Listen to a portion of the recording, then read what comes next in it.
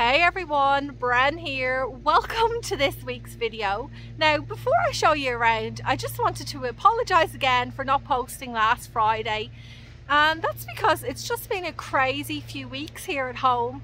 I didn't have time to make a video, and then we ended up going away to take a bit of a break, and that's why this video is a little bit later than usual. So, having said all of that, this video is all about my first kind of reaction to seeing the garden after being away for a few days. The first area I want to check on is over here where I have most of my seedlings, and they're looking pretty good. Just at a glance there, I noticed there are a few areas like here and a little bit in this tray and some over here where they get a bit more sunlight. They've dried out slightly, but the plants inside still seem alive in most cases. Maybe not over here. What was this one? The Nigella blue, but I actually think I did 2 trays of them, and there's still a few plants there anyway. But yeah, I'm fairly happy with how they've gone, considering I haven't been looking after them for a little while. But before I went away, what I did was I placed every single one of the seedling trays into a barbecue tray, which I have used in years past. They're really handy. I use them like a reservoir, so I fill them up with water, and then what happens is the seed raising mix or the potting mix in here absorbs the water from the bottom up, keeping the little baby plants alive. The chili and tomato plants have grown heaps, particularly this one over here, which is the San Marzano tomato. Look at that. I might divide them up soon. I think I can't even remember my own plans, but as far as I remember, this was going to be like my staple tomato. That's why I've got so many of them. They're a lovely large teardrop shape meaty plum variety, which I plan to use to make tomato sauce. I will show you some more edible crop seedlings a little bit later on, but before we leave this area, I did want to take a look at this, which looked no way as full as it does now when we left. These are some of the amaranth. This particular variety is called Pygmy Torch. I believe it gets to around 60 centimeters, and as you can see, I was very generous when it came to sowing the seeds, but I do plan on using this quite a lot in my arrangements as a type of filler flower, I guess you'd say. Here's another tray of amaranth. This one is called Green Thumb, so it's got like green flowers, and that also will be a main filler in my arrangements. The reason why I chose amaranth is because it's very drought tolerant, and as you know, I've mentioned before, this summer is going to be extremely hot and dry for us here in Australia, so I need those tough plants that won't require as much, you know, moisture, attention, maintenance. These pretty much look after themselves. I'll let the chickens out. Hello. I noticed a couple of the greenhouses fell over, but that's alright. I had moved most of the seedlings out of there. Oh, here we go. Stay out of there, Snowflake. Don't want you go near my fever view, which have grown a lot. Remember, these are the ones I took from cuttings during winter time. I also have a huge tray of them too, which I plan on putting out in the new cut flower garden, which I haven't sorted that out yet. But oh, everything's coming along nicely. Look at this, even the snapdragon's grown a lot. I wonder why it's starting to branch out. My plan was to just get one stem out of these, but it looks like it's kind of branching, unfortunately. Hopefully I'll still get nice tall stems from them, but otherwise, if not, I can just use them in jam jar arrangements, which you can kind of get away with having shorter stems there. I'm now over by the raised beds. It's quite bright out. Usually I try and record when it's either overcast or early morning, late evening, but this will have to do for today. Some of the poppies are starting to flower. This is one of my favourites, the peony salmon poppy. It's a stunner, isn't it? I made a start on putting in some new raised garden beds. I was hoping to have a lot more than one finished at this stage, but you know, life gets in the way sometimes, and I'm happy that I at least have one started. Now at the front there's a couple of capsicums. think these are chili plants, and at the very back these two are, oh yeah, there it is, these two are tomato plants which I'll need to stake up. I may actually stake all of them, but with the tomato plants, because they're indeterminate, they can just keep on growing all season, so I'll need a nice tall stake or some kind of support for them. I'm over here by my bearded iris patch, which I put in I think about 2 years ago. A lovely lady called Helen gave me a selection of bearded irises, and they're just so pretty. Like, I love this one. Look how pretty the petals are.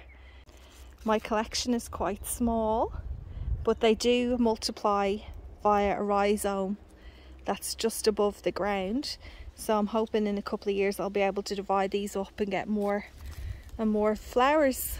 And there's one more here which is almost spent. I wish I had recorded it when it was in full bloom. It actually was flowering before he went away, and now it's not looking the best, but you get the idea. These red flowers underneath are the ranunculus. I actually pulled out a whole load of ranunculus because I was just sick of them doing nothing, and I wanted to use the space for some edible crops. I'm talking about here in this bed. Sometimes you just have to know when to give up. So I've pulled out all the ranunculus corms which were here.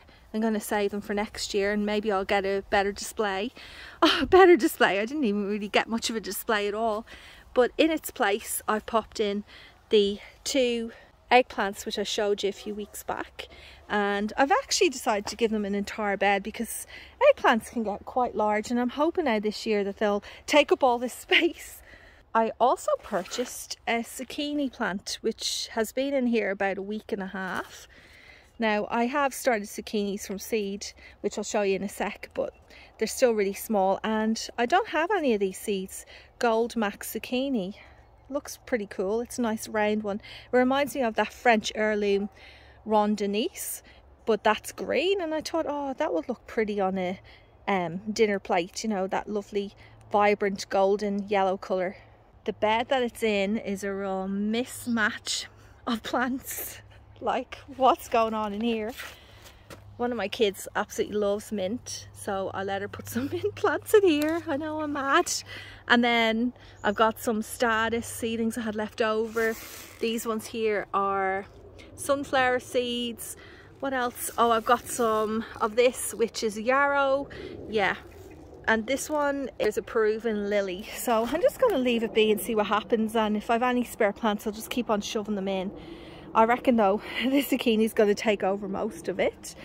Out the front of the raised beds, I made a decision to put down some weed mat.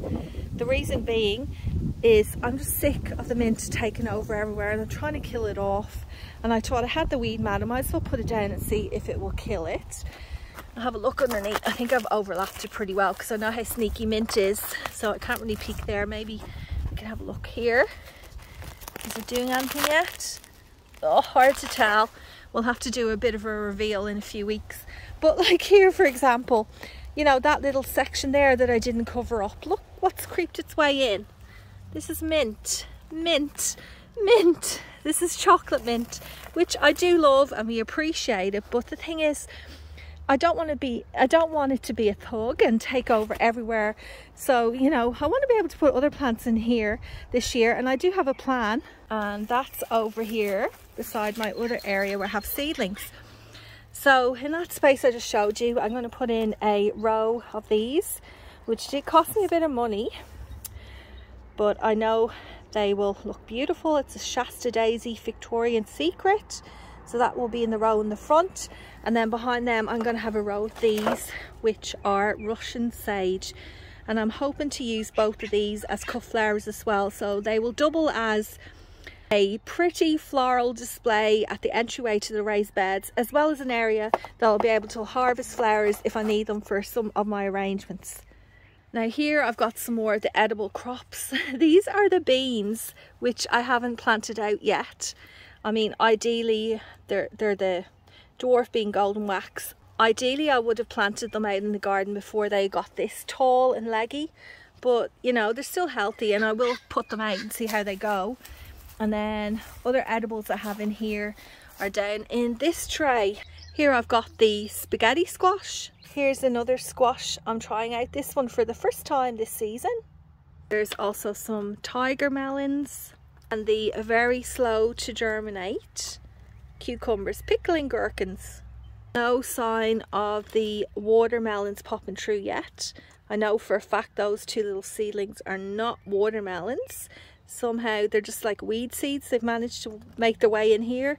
I might scrap this little punnet and start fresh with the watermelon. And then here's all the corn, which are definitely ready to go out too. If I pull one out, you can see. Oh, let me see if I can grab one. Oh, look at that. Beautiful, healthy root system. These are definitely ready to go into the ground. And then I've just got loads more trays of cut flower seedlings. In here, I've got some stock, which I'm not even sure if I'll plant out. It might be too hot for them now. And then some more straw flowers, which always seem to take a little while to get going, but they're still looking pretty good in there. There's also this tray of cosmos. Then these are just more seedlings I have. I think that's Queen Anne's lace there. These are more status. That's more stock, which I don't think I'm going to use. I think I'll just compost that. But look at these. This is something I want to show you that I'm quite happy with, which have grown a lot. These are another filler flower I'm going to use called Feverview. Now, when I was preparing all my seedlings for our trip away, I noticed that this tray that they're in was too large for the barbecue trays, and I was thinking, what am I going to do? How am I going to keep these nice and moist and create a reservoir? Well, let me show you what I did. It's a pretty simple setup. Just got an old box, lined it with some bin liners, filled that up with water, and it's managed to keep all the water in and keep these plants healthy and happy. Look at the size of them. They're definitely ready to go out into the beds. I cannot wait to have all of those plants flowering and have a bucket full of blooms again. But before I get to that stage, there is a lot of hard work ahead of me. Like, priority, I need to get those plants in the ground, which I always seem to say every week, but we're getting to that crunch stage where they really need to get established before the weather really heats up, and you know, it's going to get so dry here. Yes, that's priority, okay? That's priority. Anyway, I hope you all have a wonderful week. Thank you so much for watching, and I'll see you again next Friday.